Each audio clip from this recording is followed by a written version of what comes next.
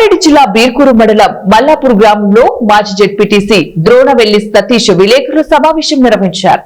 ఈ సందర్భంగా ఆయన మాట్లాడుతూ తనపై వచ్చిన ఆరోపణలు అవాస్తవమని, అవసరమైతే తడి బట్టలతో కలియుగ దైవం వెంకటేశ్వర స్వామి గర్భడి గుడిలోకి వెళ్లి ప్రమాణం చేస్తానని అన్నారు. ప్రజలకు ఎవరు ఏంటో తెలుసునని, రాబోయే రోజుల్లో ఎమ్మెల్యేగా పోటీ చేసేందుకు సిద్ధంగా ఉన్నానని ఆయన మనసులో మాట చెప్పారు. ప్రజాస్వామ్యబద్ధంగా బరిలో దిగి గెలుస్తానని అన్నారు. పోచారం కుటుంబానికి గద్దె దించేందుకు ప్రజలు సిద్ధంగా ఉన్నారని ఆరోపించారు. అక్రమ బోరం తవ్వకాలతో పాటు మంజీరాలో ఇసుకను మాయం చేసిన ఘనత పోచారం కుటుంబానికే దక్కిందని ఆయన అన్నారు.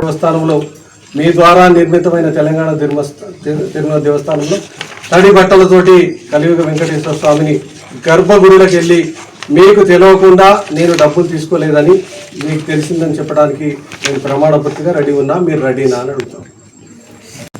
దుష్ప్రచారం చేయడం జరిగింది.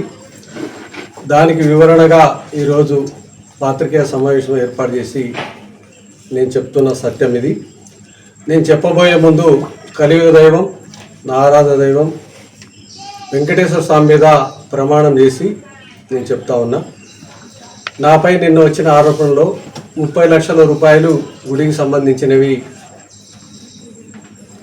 గుడికి తెలపకుండా, అదేవిధంగా గుడిలో ధర్మకర్తకు తెలియకుండా తీసుకోవడం అని నా మీద ఆరోపణ చేయడం జరిగింది. ఈ ఆరోపణని నేను తీవ్రంగా ఖండిస్తూ ఉన్నా.